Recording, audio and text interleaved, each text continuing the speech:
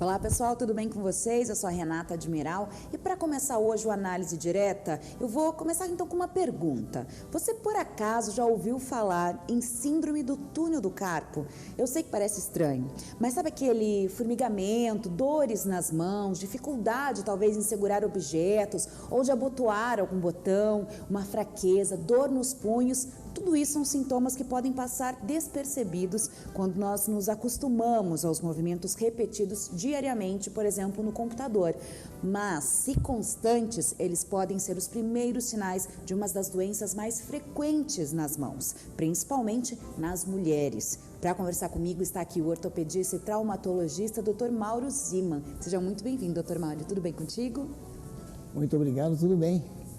Me diz uma coisa, o que é essa tal de síndrome do túnel do carpo? Que para algumas pessoas isso deve ser muito claro, para outras elas devem sentir, mas nem sabem como é que chama. Então, é uma pergunta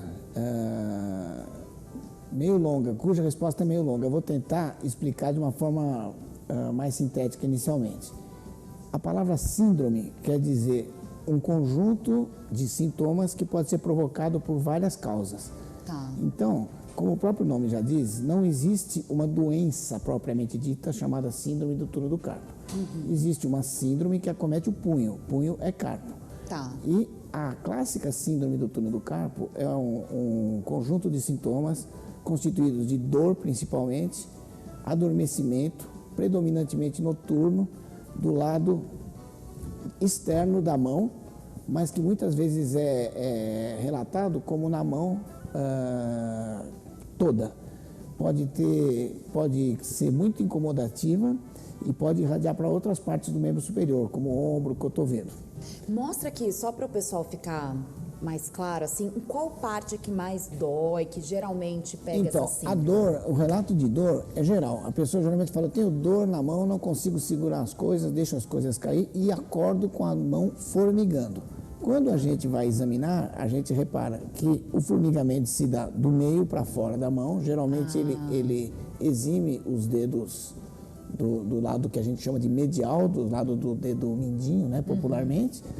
E ela, quando a gente faz algumas provas terapêuticas, ela desperta esses sintomas e irradiação tanto para cima como para baixo, predominante para baixo.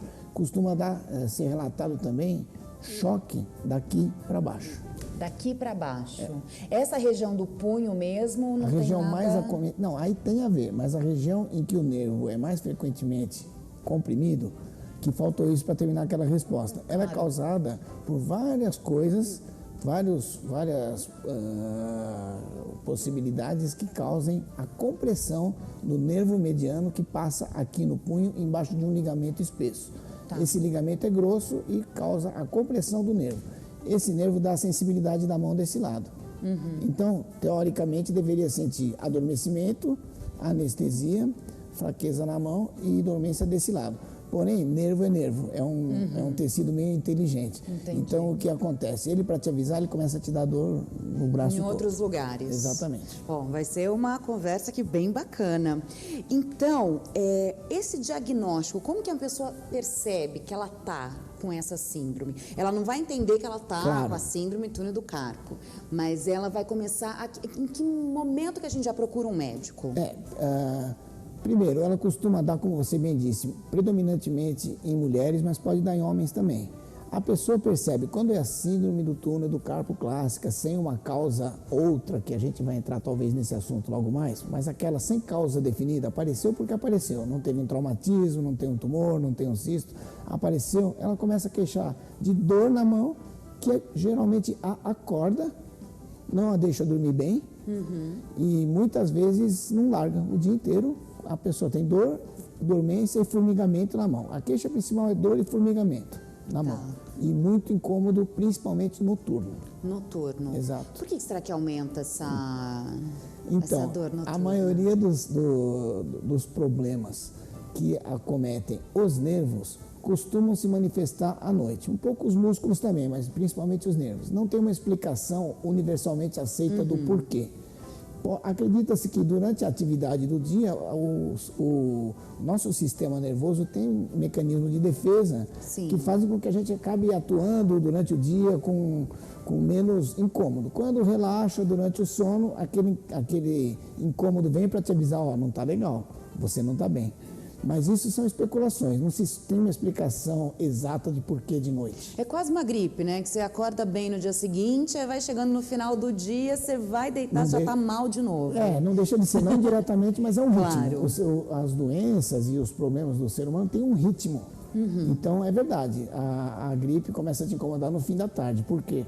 É um ritmo da vida, aí é uma coisa mais viral, tem outras nuances, mas dá para entender como tal. Entendi.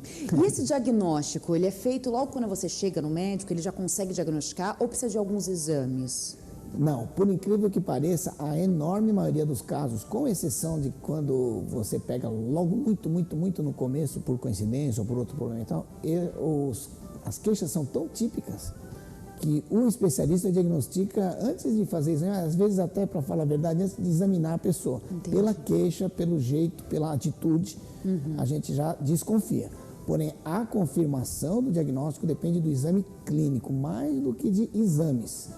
O exame clássico que é mundialmente aceito para diagnosticar a síndrome do túnel do carpo, que é a eletroneuromiografia, que vai te documentar, vai te dizer num laudo que é isso, ele vem para confirmar o diagnóstico, que já deve ter a suspeita ou até fechado clinicamente. Em alguns casos, quando tem outras causas do tipo tumoral, compressiva, doença reumática, aí tem outros exames, inclusive de imagem, como ultrassom, ressonância, radiografias. E esse primeiro exame, como que ele é feito? Então, o primeiro exame, o paciente chega e fala, doutor, eu passei no médico clínico, estava com dor na mão, ele pediu para procurar o especialista em mão.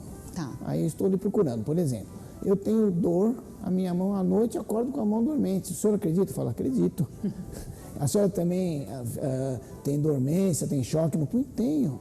Então, com o passar dos anos, a gente tem um feeling no começo, quando a gente vê a pessoa. Claro que você não pode generalizar. Claro. Tem muitas outras coisas que dão sintomas semelhantes, então a gente tem que tomar cuidado com isso. Mas a queixa do paciente é essa, eu tenho dor, formigamento e acordo com a minha mão doendo ou formigando. E esse exame clínico que é feito, como é que é? Ele tem um nome difícil.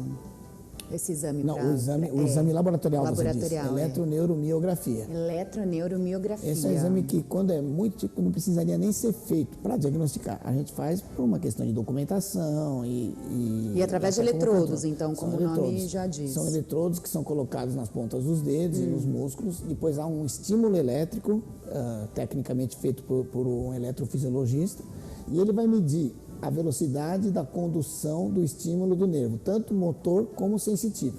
Esse exame serve para muitas coisas, não é só para síndrome do túnel do carpo. Para o síndrome do túnel do carpo, ele é um exame auxiliar, mas tem outras doenças que ele é um exame extremamente importante e complexo. E ele causa algum desconforto? Infelizmente causa. Sim. Ele dependendo da pessoa, ele é doloroso. Tá. Tem gente que não liga muito. Fala, doutor, o senhor me assustou, falou que ia me incomodar, mas eu tirei de letra. Mas a maioria das pessoas fala, não me peça mais esse exame. Depende um pouco de quem faz. Depende do organismo, né? Se a pessoa é mais ou menos resistente à dor. De quem executa o exame, da pessoa perceber que o indivíduo está com dor, do que ele tem, se já está. Então, tem médicos mais minuciosos, vão introduzir eletrodo numa musculatura mais extensivamente, vai incomodar mais. Entendi. O resultado demora para ficar pronto? É praticamente imediato, porque é feito pelo médico. Sim. É praticamente imediato. É o tempo do médico analisar e emitir o laudo. E a execução depende de caso a caso, mas meia hora, uma hora.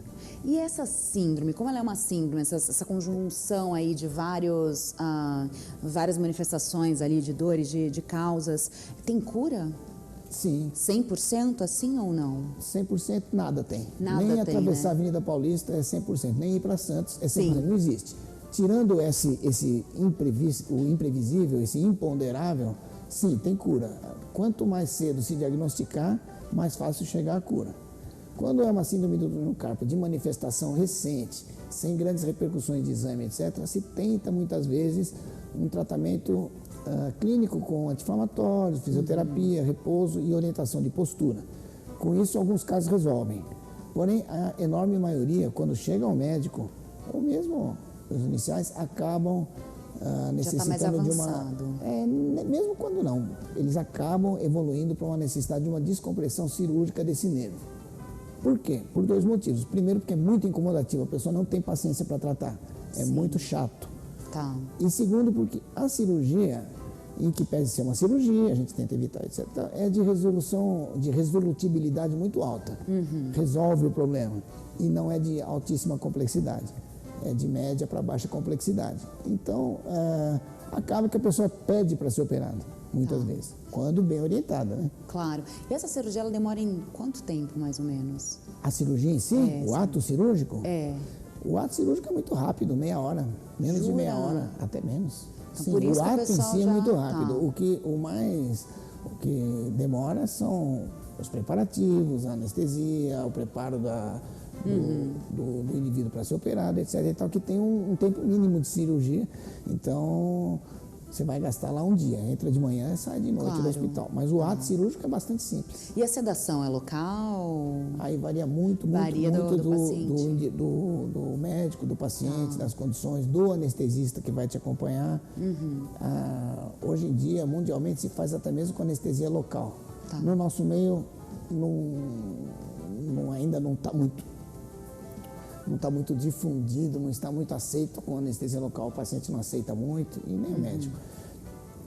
Porém, os anestésicos inalatórios hoje, não só inalatórios gerais, mas preponderantemente inalatórios, eles estão muito bons. A pessoa nem percebe que foi anestesiada, dá uma dormidinha, acorda, vai embora. Aquela coisa de contar uma hora depois pode ir embora. De 1 a 10, exato. E daí você... Não, e o mais legal é que vai embora no mesmo dia, Sim. sem muito anestésico, por incrível que pareça. Então, não é um problema. O problema é mais de logística, de você ter que se preparar para uma cirurgia, fazer a burocracia, depois fazer o pós-operatório direito. O ato cirúrgico em si, hoje em dia, é bem tranquilo, muito seguro. Perfeito. No nosso próximo bloco, eu quero falar então sobre a reabilitação dessa condição pós-cirúrgica, né? Se também a gente entra com medicamentos ou não. Quero falar também dessa postura que você disse que a gente tem que pensar nela, que já ajuda também. Exatamente. Então a gente fala tudo isso no próximo bloco para vocês, aqui no Análise Direta. A gente já volta.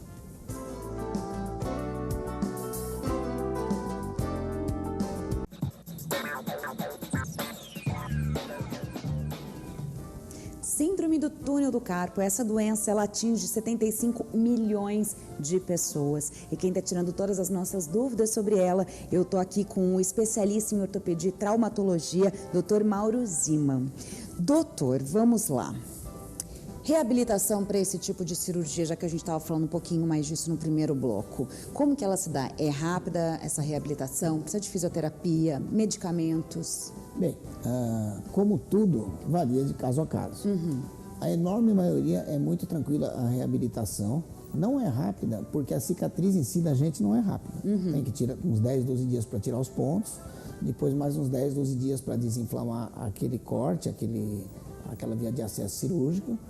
Então, a partir daí, quando necessário, se faz fisioterapia, reabilitação fisioterápica, para que não haja perda de amplitude de movimentos. Quando o paciente é bem colaborativo e é bem orientado antes e depois, muitas vezes nem precisa de fazer fisioterapia. As minhas fisioterapeutas ficam bravas comigo, mas a maioria dos casos, quando vai começar a fisioterapia, o paciente já está bem. Entendi. Quando se trata de um caso básico, né? Um caso normal. Existem casos em que a pessoa tem outras patologias e tal, aí já cada caso vai ser diferente. Mas para voltar até as atividades normais, pelo menos um mês? Depende, o que são atividades normais? Você ir para o trabalho já, porque eu penso assim, né? Na mão envolve o punho, sei lá, talvez um computador. Para digitar, que talvez seja o que você está pensando, para digitar rápido, pelo menos um mês e meio. Não se recomenda antes. Não porque vai acontecer algum problema, mas porque fica irritando aquele lugar mexer. Né? Para não forçar, exatamente isso. Para um indivíduo que não precisa do uso contínuo das mãos, para ele se deslocar ao trabalho, pegar um prato e se alimentar sozinho, tirou os pontos, ele está bem. Pode dirigir, pode maioria. tudo. pode dirigir, não deve dirigir enquanto ainda tiver Com os pontos sensíveis, porque é até perigoso uma batida da mão numa direção, uma freada, alguma coisa, ele está sem razão, né? Ele está doente, mas ele consegue dirigir. Em termos de conseguir, ele consegue dirigir no dia seguinte. Tá. Não deve. Não deve. Não deve. Bom, nós estamos falando aqui de uma parte mais básica, né, dessa síndrome, né, de uma causa que a gente já consegue ir com uma cirurgia, não tem nenhum caso de perder movimento, sensibilidade, ou para casos muito graves tem esse risco? Então, o risco maior de apresentar sequelas é nos casos não operados. Às vezes a pessoa se acostuma com aquela situação, ou tem medo de operar, ou por ignorância, ou por medo, acaba não se tratando. E os sintomas muitas vezes regridem, fica um bom tempo sem muita dor, depois volta a dor, vai no médico, olha, você deveria operar, posso esperar um pouco? Pode, mas não deve, e acaba não operando. E aparece algum tempo depois, geralmente anos depois, com atrofias, limitações de movimento e principalmente anestesia mantida, que melhora com a cirurgia, mas daí já talvez não regrida 100%. Fora isso, normalmente não tem sequela nenhuma, a cirurgia, a recuperação é rápida, sempre tirando aquele imponderável. Infecção, reações simpático-reflexo, existem complicações, como existem em toda cirurgia ortopédica ou não. Sim. Essas é difícil entrar nesse mérito porque são imponderáveis. Cada caso, por isso que precisa da gente, senão nem precisaria. E vamos falar então das demais causas, assim. O senhor comentou, desculpa, o senhor não, já pediu para eu chamar de você. Você comentou sobre cistos, tumores, a gente até um pouquinho antes de iniciar o programa falamos sobre tendinite, uma predisposição genética. O que mais que pode ter a ver com essa síndrome? Perfeito, você falou muito bem. A síndrome é causada por uma compressão do nervo. O nervo passa entre aspas, num conduíte. Esse conduíte, ele comporta 10 tendões e o nervo entre o ligamento e os tendões. Tá. O que vai acontecer? Com o passar do tempo, alguma causa, seja ela qual for, pode ser propensão genética, pode ser o canal estreito, ou pode ser o aparecimento de uma tendinite, de uma sinovite, de um cisto, de um tumor, qualquer causa que venha a diminuir o continente ou aumentar o conteúdo. Por exemplo, se tiver um tumor aqui dentro, ele vai apertar, vai fazer com... É como se você tivesse vários cabos passando num conduíte e esse conduíte se tornasse estreito para aquilo. Entendi. Outra coisa que pode causar é uma fratura. Uma fratura no punho causa um hematoma no local, pode entrar bem lá dentro do túnel do carpo e apertar o nervo. E uma fratura operada também é muito comum. Você tem uma fratura grave, necessita uma cirurgia, coloca um material lá para fixar e com aquele monte de coisa acaba que aperta o nervo. Então, em resumo, doenças reumáticas que causam aumento do volume dos tendões, tendinites, cistos, tumores, traumatismos e aquela que você falou, que a gente chama de idiopática, sem causa definida. E tem a ver com genética ou não? Tem muito a ver com genética. Se minha mãe teve, é capaz que eu então, tenha. Não diretamente. Não diretamente, mas a tendência muitas vezes sim. É muito comum que a partir dos 35 a 45 anos, a filha de uma mulher que teve síndrome do túnel do carpo tenha algum sintoma ou tenha a própria síndrome. Entendi. Ela se manifesta... Mas não é uma transmissão genética. Entendi. É uma propensão familiar, constitucional e de difícil previsão mesmo assim. Entendi. Então, como você colocou essa questão até dos 35 anos, só para a gente ter uma ideia, tem uma idade que isso fica mais aparente, o que geralmente é mais comum de acontecer? Isso, que mais comum sim, que fique mais aparente não, ela fica aparente quando aparece, mas é muito comum em mulheres acima dos 35 anos, e se não apareceu dos 35 aos 45, 48 anos, a maior probabilidade é que não tenha mais. Que não tenha mais. Mas não é impossível. E outra causa também que eu me furtei a falar antes, e que essa geralmente não precisa de cirurgia, são as causas a gravidez. A gravidez. Por quê? Porque a gravidez naturalmente faz com que aumente o volume dos tecidos. Sim. E os tendões e os tecidos do colágeno em geral aumentam de volume naturalmente. Mas um inchaço, uma coisa e tal, aperta o nervo. Nesse caso, quando não é muito incomodativa, não se opera, porque 80% para mais regride espontaneamente. Entendi. Se a pessoa aguenta até parar de amamentar, É bastante tempo. Como você falou então da gravidez, eu fiquei na dúvida, em caso de obesidade, também é capaz que apareça ou não tem nenhuma relação? Não tem muita relação, Tá. Não tem muita relação, com exceção das causas da obesidade, né? Se for uma causa endocrinológica, reumatológica, pode ter uma relação indireta, mas não o fato do indivíduo ser obeso para ter a compressão do nervo. A síndrome do túnel do carpo é uma compressão de nervo a mais comum, a mais famosa, mas tem compressão em todos os locais em que nervos passam dentro de canais ou de conduítes, vamos dizer assim. E por que acontece mais nas mulheres? Por que mais uma coisa ficou pra gente? Assim? Depende, né? Depende. Acontece mais nas mulheres porque as mulheres, durante a vida, têm variações hormonais Sim. diferentes do homem. Muito mais, tem maiores variações. Então, ela aumenta, diminui o volume do tecido colágeno muito mais do que o homem. O homem, em compensação, o homem tem também. E quando tem, ela muitas vezes ela não é tão, ela pode ser não diagnosticada justamente por isso, porque não é tão esperado. O homem ele não se dá conta de que está tendo isso tão facilmente como a mulher, por incrível que pareça. A mulher fala, nossa, eu estou tendo, está me incomodando, não consigo, ela se incomoda mais. Sim. Então é frequente você pegar homens com síndrome do túnel do carpo durante um bom tempo, já em fase mais avançada. Falando então dessas lesões que geralmente a gente tem, no caso dessa que atinge aí 75 milhões de pessoas, quais são as outras doenças ou síndromes ortopédicas, traumáticas, assim, que ocorrem mais assim No membro superior, você diz? Isso, o membro superior. Bom, aí é uma vasta gama. O que vem mais a cabeça das pessoas, da gente como médico, que mais procura no consultório, também varia muito dependendo da atividade da pessoa, da atividade laborativa, da atividade doméstica, etc.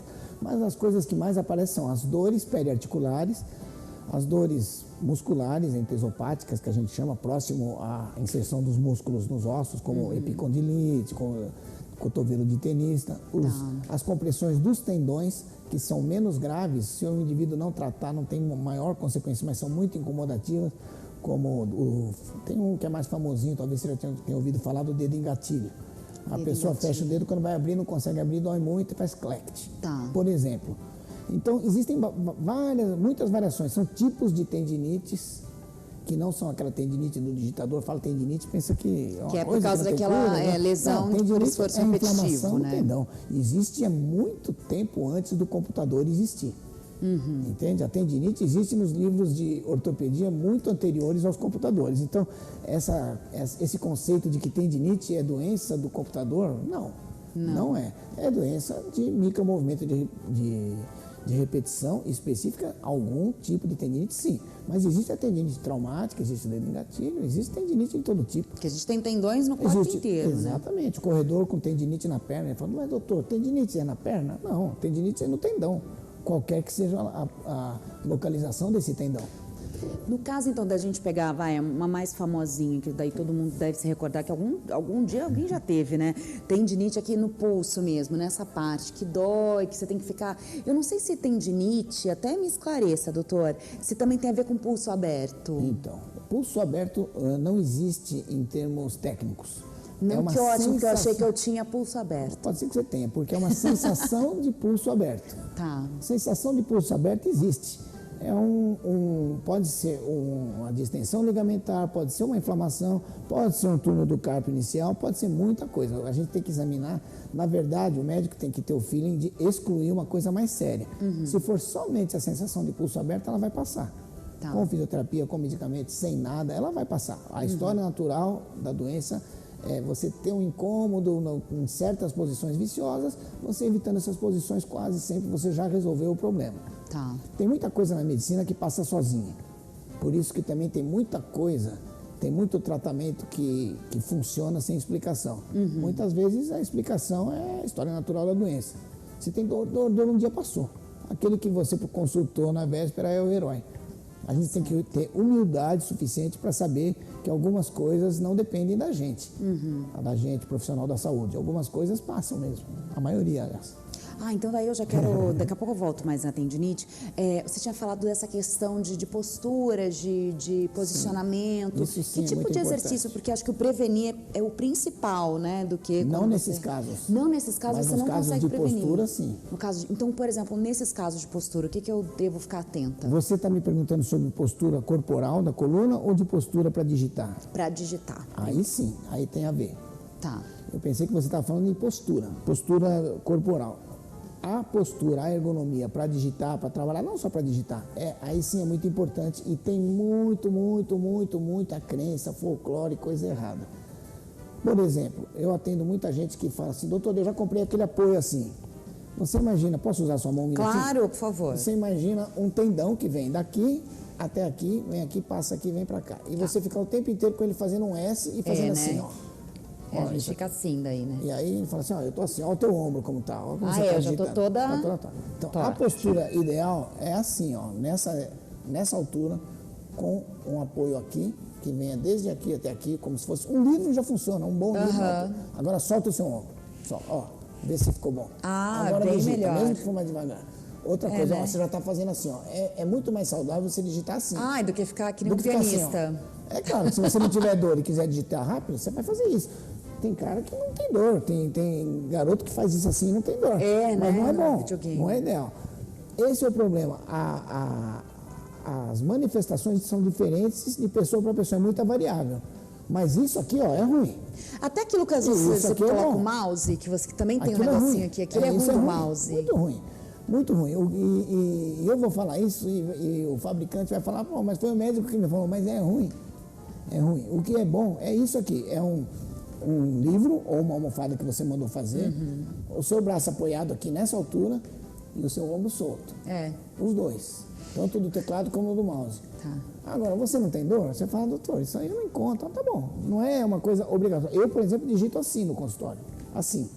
Eu não tenho isso aqui, para evitar aqui. Mas só que eu tenho um teclado bem plano e eu não tenho dor. E eu digito nem tanto assim. Entendi. Mas se eu tivesse dor, eu ia fazer isso. A mesma coisa, se o sujeito tem dor, tem uma hernia de disco. Então eu vou melhorar a postura. Aí o outro fala, não, eu nunca tive dor, eu tô assim, tá bom, então não tem problema. Mas não é que seja certo, você tem sorte de não ter o problema. Mas o correto é o correto. Entendi.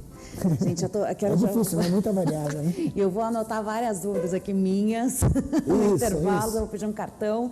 E a gente já volta, então, para continuar essa conversa e bate-papo com o Dr. Mauro Zima. Se você curte aí nosso programa, que tal se você mandar, então, um WhatsApp pra gente? Olha, fiquei com uma dúvida, quero falar um pouquinho com vocês. O nosso WhatsApp é o 011 São Paulo, 99224-7760. Se você está em algum outro país, 055 antes, tá? Do 11 99224-7760. O programa Análise Direta já volta para a gente continuar este papo.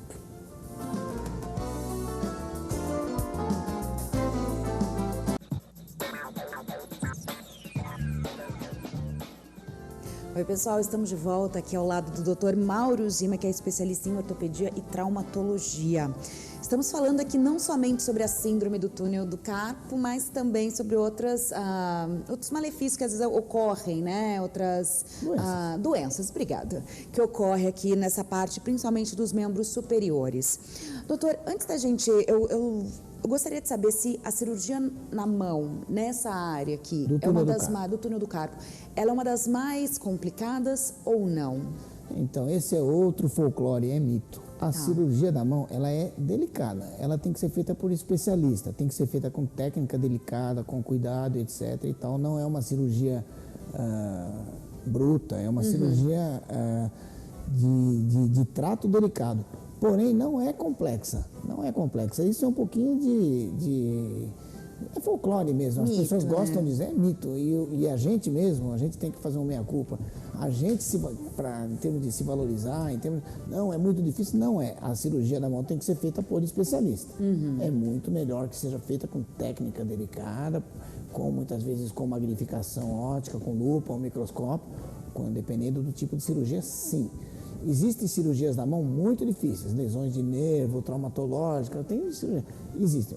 A grande maioria das cirurgias da mão, nessa área de que estamos falando, de compressões de tendão, compressões de nervo, não são assim complexas. Elas são, por isso mesmo que tem que ter bom resultado também, é verdade. Uma coisa simples tem que ter bom resultado. A tendinite, ela não é operável? Sim, alguns graus de tendinite são operáveis e tem ótimo resultado. Aquela microtendinite do micromovimento de repetição é que geralmente não é operável. Entendi. Porque aquilo se dá em nível de placa motora, são dores entre o músculo e o tendão. Nem deveria chamar tendinite no meu modo de ver, deveria ter um outro nome. É lesão por esforço de repetição, aquilo sim, via de regra, não se opera. E quando se opera, você tem resultados parciais. Tá? Mas as compressões de tendão, as lesões de tendão, as compressões de nervo e as lesões de nervo se operam e dão muito bons resultados.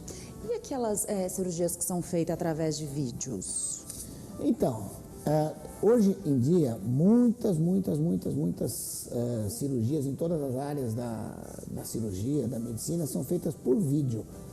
Inclusive a abdominal, que é a famosa videolaparoscopia, a do joelho, das articulações, que são as videoartroscopias. Desenvolveu-se também uma técnica para fazer síndrome do túnel do carpo por vídeo.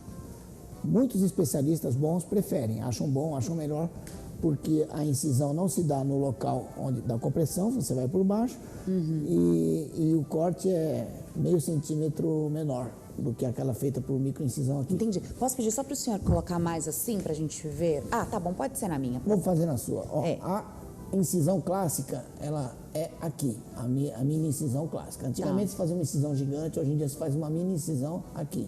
A incisão por vídeo tem que fazer uma mini incisão aqui.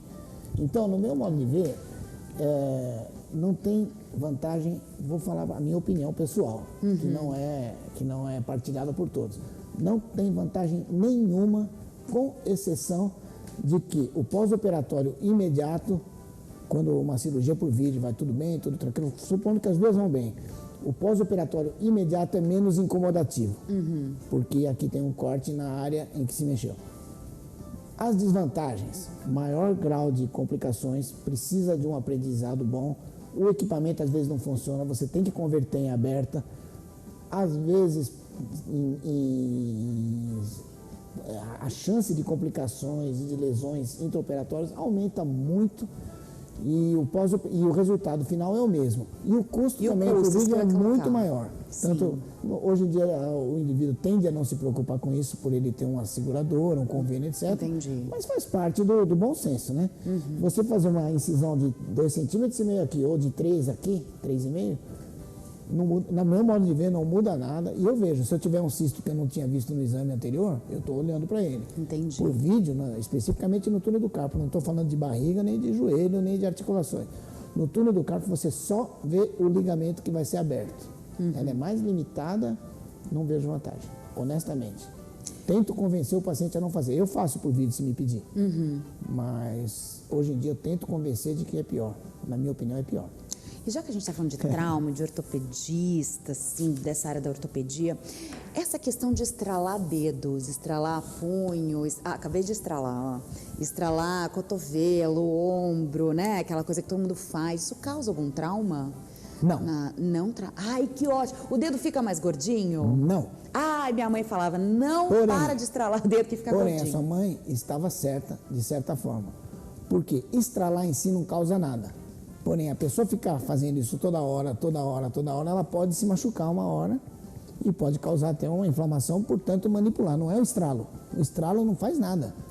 Ele não é... o estralo, não dá nem desgaste nas... Não faz nada. O estralo é uma realocação, um realocamento, como queira, do líquido, do lubrificante, das estruturas colagenosas. Em algumas pessoas, ela vai para uma posição melhorzinha ou piorzinha com barulho, com estalido. Entendi. Só que isso causa uma tendência na pessoa ficar reproduzindo isso. Sim. E isso pode causar, além de que é feio, né? Um tique, ela pode causar uma inflamação indiretamente. Não é o estralo que causa nada. Não engrossa a junta, não existe isso. Não existe isso. Estralo no joelho, para todo lugar que já teve uma inflamação, tende a ter algum grau de estralo. Tá. Muitas vezes. O músculo fica estralando. Não tem problema nenhum. Ah, doutor, mas passou minha dor, eu estou me movimentando, mas ficou estralo. Ah, não precisa fazer nada. Mas vai ficar estralando para sempre? Vai. Tá.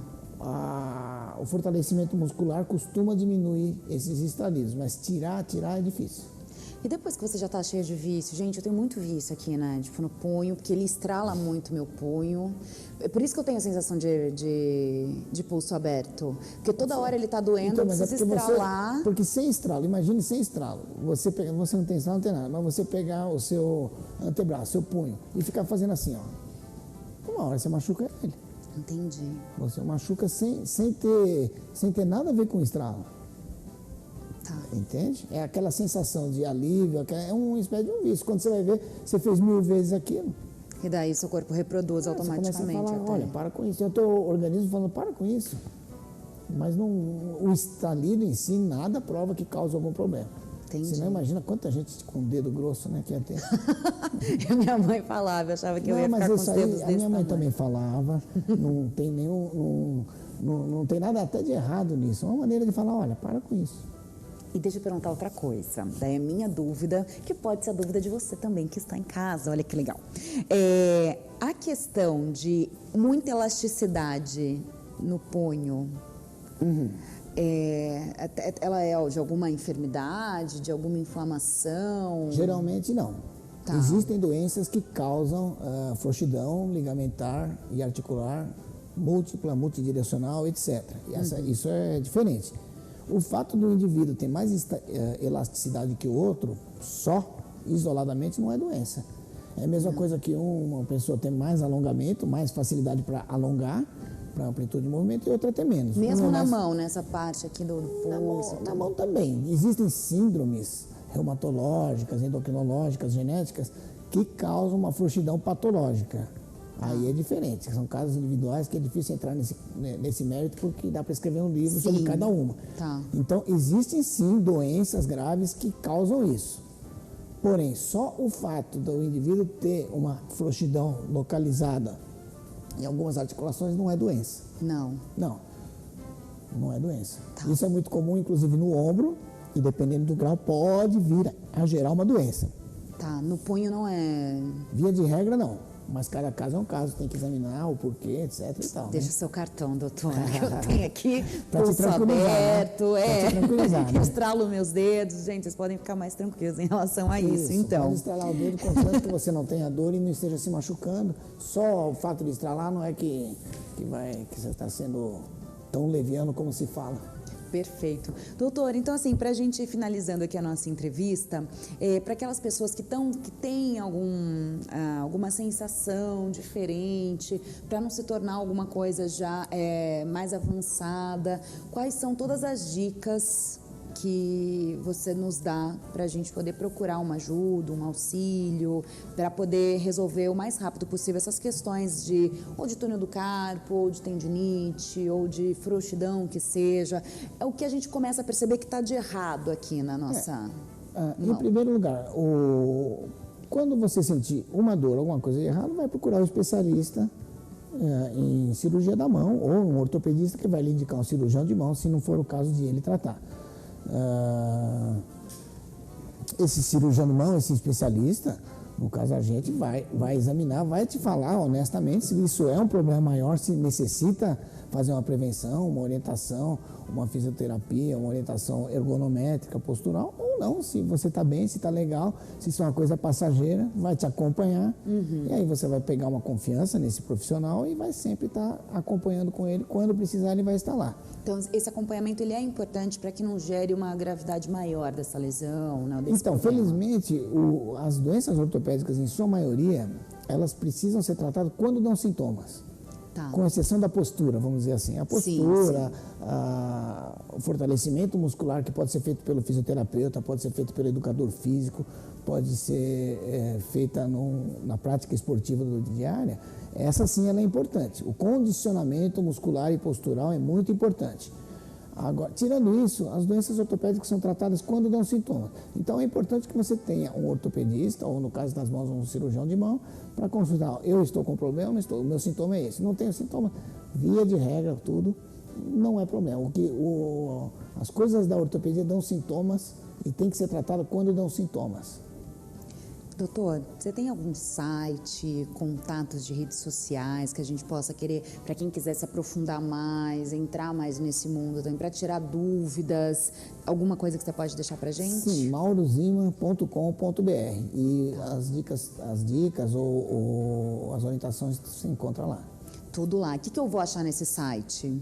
Nesse site você vai encontrar a nossa opinião, o resumo da nossa experiência sobre cada coisa e como nos encontrar ou como encontrar um especialista nisso. Perfeito. Foi uma delícia a nossa conversa de hoje. Você vai ficar para fazer um bloco só comigo, né? Para eu tirar todas as minhas dúvidas sobre tendões, sobre pulso aberto, frouxidão. Mas gostaria muito que também você também voltasse, doutor, principalmente porque eu acho que a questão ortopédica, ela é muito ampla, né? Muito ampla. Hoje a gente falou um pouquinho dessa questão das mãos, do punho, mas o tanto que a gente vê de pessoas aí que sentem dores, sim, né? Que seja no joelho, no quadril, né? Exatamente. Nós não tivemos a mão, nem ao membro superior propriamente dito. Exatamente. Né? Então é muita coisa, é muito amplo. Então volte para nos passar mais informações, tudo bem? Tudo bem, muito obrigado pela entrevista e muito obrigado pela atenção. Pessoal, se vocês gostaram, entrem em contato conosco. Você pode mandar sua mensagem através do nosso WhatsApp. Olha, na próxima vez que o doutor voltar, eu gostaria de saber sobre isso, isso, isso. Ou você pode sugerir, olha, eu gostaria que fosse falado algo só sobre coluna, só sobre lombar, ciático. Então, manda pra gente. O nosso WhatsApp, olha, 011 São Paulo. O nosso número é 992247760. Se você está em outro país, é o 055 que você coloca na frente, tá bom? Podem participar, que a gente responde com o maior carinho e vai pensando aí nas sugestões de vocês. Nosso facebook.com/análise direta, nosso YouTube também está lá o programa Análise Direta, dá uma olhada, nós temos vários temas, a gente fala de literatura, de cultura, de coach, de treinamento, de vários temas muito diversificados, política, economia, dá uma olhada lá que com certeza você vai gostar dos nossos programas. Porque hoje a gente fica aqui, conversei com o Dr. Mauro Zima e a gente volta no próximo programa aqui no Análise Direta. Até mais, pessoal!